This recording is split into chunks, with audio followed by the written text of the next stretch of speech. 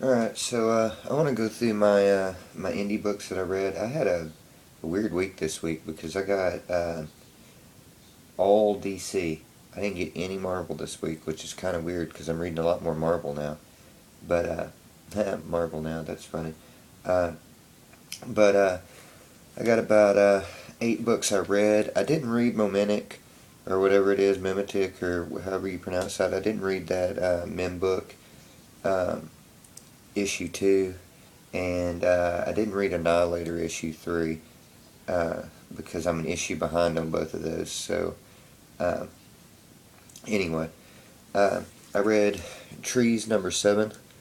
I really like this cover. Uh, we actually got some like real story in this, like what the flowers are doing, and a lot of stuff that's going on in these different things. The story just all of a sudden decided to just go.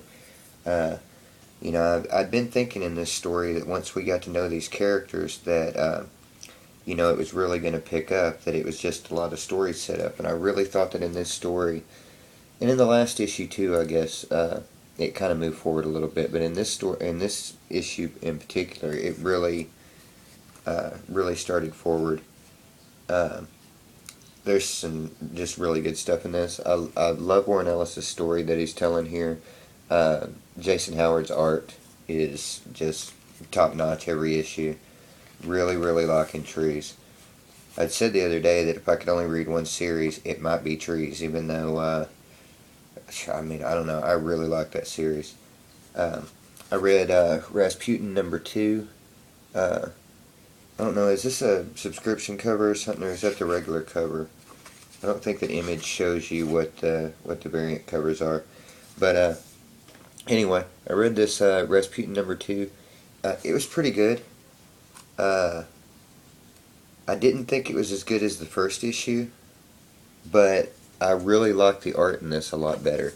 It was really, really kind of flat. And then these pullback shots that he does are just freaking fantastic. I mean, they're so good. Uh, you know, this, got Rasputin out of his town. Now he's going to go on tour with people. And so, if anybody knows anything, this Riley Rosmo that's doing this book, anything else that they've done, I would really like to check that out. Uh, I read Wayward number 4. I'm like a broken record on this book. I absolutely love this book. Um, this story, you finally got the team together. Uh, you know, there's obviously some things going on that the mom's not telling her, and but yeah, I really like this secondary character, her friend that she's run into, the first one that she ran into. What's her name? Uh, Jasis or something. I don't know. This old pink-haired girl. She just cracks me up, man. But yeah, every issue of this I really, really like. And this was, just more of the same, just good quality. Jen Zub's telling a great story. And Steve Cummings, the art is just, you know, I really like the manga and how just brightly the coloring is. Who's the colorist on this? Josh Perez. That's 2 different colorists. Uh, but yeah, I really like the coloring in this. Once again, I'm like a broken record on that. I've liked every issue of that so far. Uh, read Roche Limit number 3. Uh, this book is just getting better and better every issue. Now that I'm getting to know these characters and what's going on, and I kind of like that in the beginning of each issue that they kind of give you this little diagram, but it's always something different telling you about what's going on Roche Limit. And then in the back of this issue, it gave you this little like declassified file that was really a lot of information on what's going on. And I mean, they've already given you a lot of information on what's going on. Yeah, really, really liking that Roche Limit. I don't know who that Fletcher person is that writes that, but it's a pretty good story. I read this Bodies number 5. Every issue of Bodies is good. I read it and just can't wait for another issue to come out. Uh, and it's kind of funny because there's only really one storyline that I don't like in this story, which is the 1890s story. But in this story, it was actually probably one of the most important. And so, yeah, I mean, new information every time. I can't wait for this series to get over so I can get a trade on it and just read the whole thing in one sit. Uh, Read Evil Within.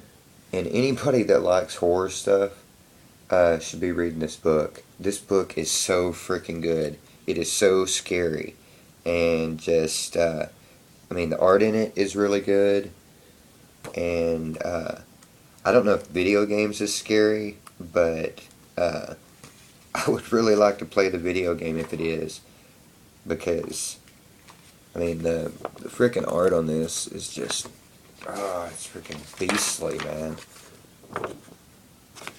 And it is just really, really, really scary. I mean, it's very just Texas Chainsaw Massacre. You know, you got these four people that are running around in this just demon freaking hell world and being chased by all these things that are just not right.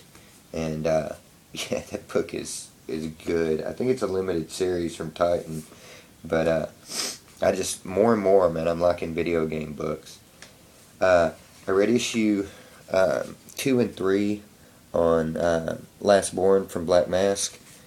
Kind of liking this story. It's kind of the same story as what I was just describing with The Evil Within. In the future, the world is ending, and so I guess it's kind of like Terminator. In the future, the world's ending, so they have to send this guy back in time into this like purgatory holding world, I guess, and where all these people that go into this cave end up, and he apparently knows that there's these people inside that cave, so he's jumped back to try to reestablish the world before it goes to crap, because in the future it's like it's ending in like 4 days, and so he has to jump back in time to try to stop that from happening. You know, the first 3 issues of this have been pretty decent. It's a lot of character introduction, which is cool. You know, I'm hoping that in another couple of issues that would be great. But I'm really curious on these Black Mask titles whether or not they're all Kickstarter funded, because this one's also a Kickstarter funded book from Black Mask. So, you know, if anybody knows that would be pretty cool to know.